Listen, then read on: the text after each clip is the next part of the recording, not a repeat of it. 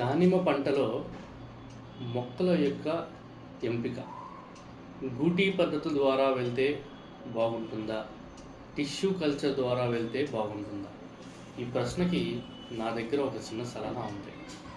ఈ గూటీ పద్ధతుల ద్వారా వెళ్తే గ్రాఫ్టెడ్ టెక్నాలజీ ద్వారా మీకు బ్లైట్ యొక్క యాజమాన్యం కొద్ది వరకు సులభంగా ఉంటుంది. మీరు నర్సరీలో వెళ్ళి మొక్కను ఎంపిక చేసుకున్నప్పుడు ఖచ్చితంగా క్షుణ్ణంగా పరీక్షించండి. అక్కడ ఎటువంటి ఆకుల మీద బ్లైట్ మచ్చలు అనేది ఉండకూడదు. ఒకవేళ మీకు ఏదైనా మచ్చ సంబంధించిన ఆకులు కనబడితే దాన్ని అలా తుంచి ఆకాశం వైపు సూర్యుని వైపు పెట్టినట్లయితే చుట్టూరు ఎల్లో కలర్లో ఒకటి కనబడుతుంది. సో నా సలహా అటువంటి మొక్కల్ని ఎంపిక చేసుకోవద్దు. Point number 1.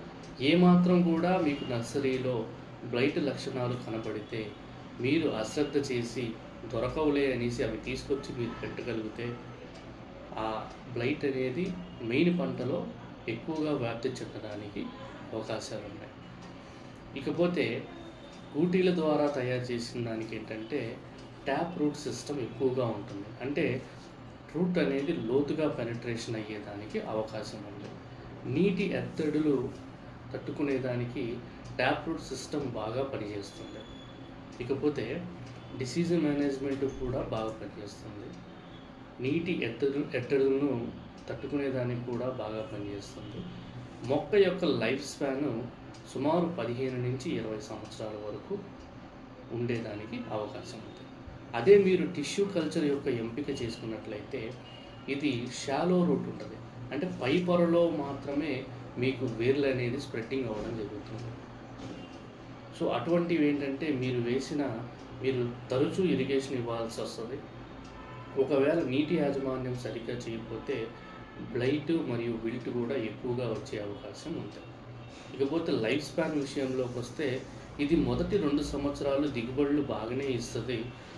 కానీ జీవితకాలం చూసుకున్నట్లయితే 5 నుంచి 6 సంవత్సరాల లోపల క్రమేపీ చనిపోవడం అనేది విల్ట్ అనేది స్టార్ట్ అవుతుంది. సో అందరికీ నా సలహా ఏంటంటే గూటీ పద్ధతుల ద్వారా వెళ్ళగలిగితే మీరు ఆ మొక్కల ఎంపిక అనేది జాగ్రత్తగా చేసుకోండి. తల్లి మొక్కను కూడా ఒకసారి మీరు ఖచ్చితంగా చూడండి. సో మరిన్ని అప్డేట్స్ కొరకు ఫాలో చేయండి rural agri farm innovation channel. Thank you.